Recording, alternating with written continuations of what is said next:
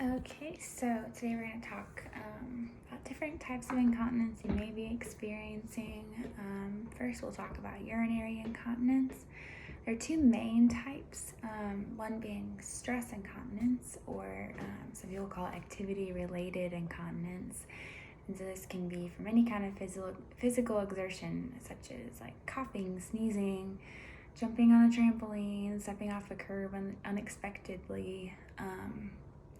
Anything that's kind of like a quick, like your muscles have to react, but they don't. So, and you get a little urine dribbling out. So if you look here at my little pelvic floor, I'm going to take out the uterus and the rectum for right now. Here we have our bladder, okay? And the bladder goes through several layers of muscles here. We have our urethrovaginal sphincter, constrictor urethra. There's also another sphincter down there. There's a lot of muscles that are going to hold together the whole pelvic floor and all of its layers here. They're all working together to lift the bladder up when we're doing activities. Okay, but if those muscles aren't quite working correctly together, or it might place the bladder at a weird angle, then the bladder isn't able to have that support to hold the urine in, and that's when we get some dribbling.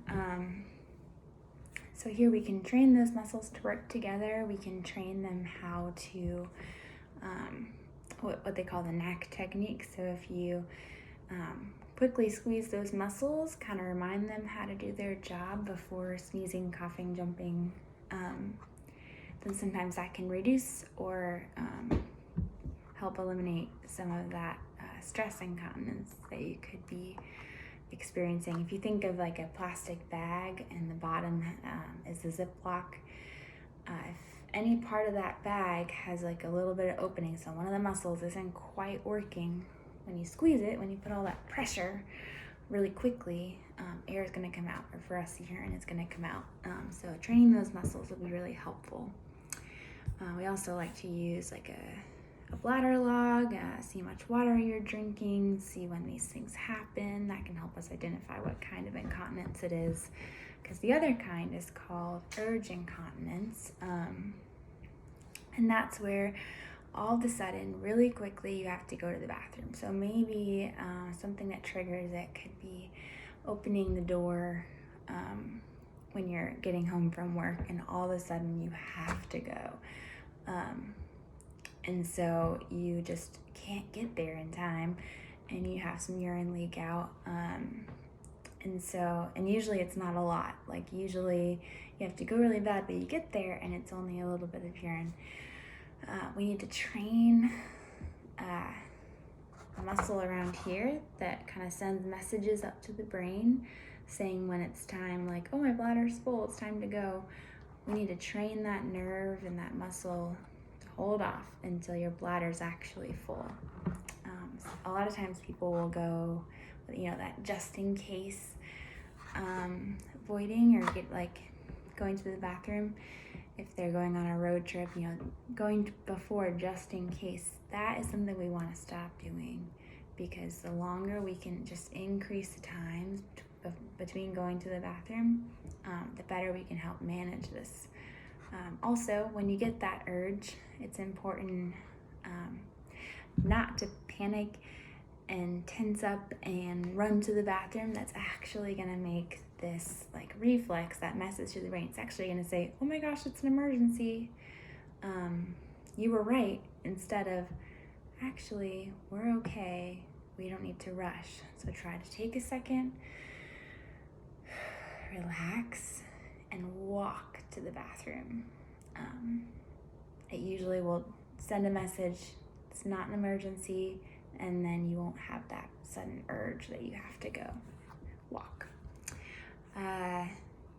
There are some things that might irritate the bladder, things that you could be drinking or eating, such as coffee, tea, whether decaf or caffeinated, carbonated drinks, anything from soda to bubbly, LaCroix, all those things, acidic things such as lemons, limes, grapefruits, oranges, pineapples, spicy foods, tomato-based foods, dairy, chocolate. This one will get you those artificial colors too, artificial flavors, artificial sweeteners, cold medication, alcohol, all of those things could be irritating your bladder. And it's not necessarily, okay, we need to cut all those things out. But it could be that you eliminate one and see how it goes. And sometimes for some people, it is just that one thing that just sets it off. And so helping identify that can be helpful. And just taking in less of those things, taking in more pure water, depending on how much you weigh. So if you're 150 pounds, what we do is we take half of that, so 75 and 75 ounces of water is how much you should be drinking a day. It's more specific to you than those other calculations that some people put out there. Also, I'd like to talk about fecal incontinence. So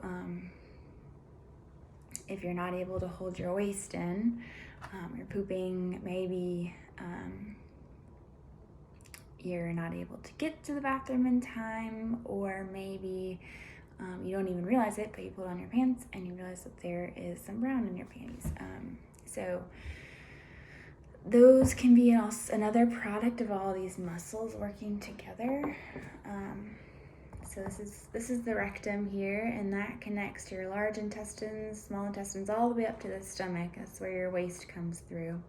And as it goes through, remove some of those organs, it's going to go through several layers of muscles. We have the pubococcygeus, puborectalis, and then we have our external anal sphincter, which is really close to the skin. It's around back here. I'll show you in the model itself. And all of those muscles are working together to keep the rectum at the appropriate angle, okay, as it goes through all of those. So if the puborectal angle is kind of off, then that can cause some problems. Maybe if you have a hysterectomy and the uterus is removed, that can cause some problems just because there's more room in there now. But they also squeeze and lift to keep your anus closed when we want it to be closed. And so training those muscles to work together, again with the plastic bag, if one muscle is not working and you have maybe a movement, or if just one of them's not working, we can get some waste leaking out. And so something that helps this is going to be kind of identifying what the problem is. It could be laxative abuse, taking too many laxative over a period of time, or chronic constipation, high body weight, high BMI, smoking, history of pelvic cancers, irritable bowel syndrome, dementia, history of hemorrhoids. All of those things can affect your ability to hold your waist in. Constipation, on the other hand, is when these muscles are working overtime. So they're like super tight, and you're not able to use the bathroom when you want to. We can work on diet stuff for this too. So your fiber intake, if you're 150 pounds, we're going to convert that to kilograms. So you'd be 68 kilograms about. Now you're going to take half of the kilograms for 34 grams of fiber a day. You can get your fiber from different kinds of foods like beans, avocados, sweet potatoes. Additionally, we can work on what we call timed toileting. So there's a few things in your brain that sets off a reflex that says, oh, I'm ready to poop now. One of those things is that right after you wake up, and the other one is right after you eat. So those are good times to try to use the bathroom. You can also kind of adjust that rectum angle by lifting your feet. So on a stool, you should never hover over the bathroom, but on a stool. Or if you do some bowel massage, so you're gonna come up this way, over and down, because that's how your large intestine moves. All these things could help.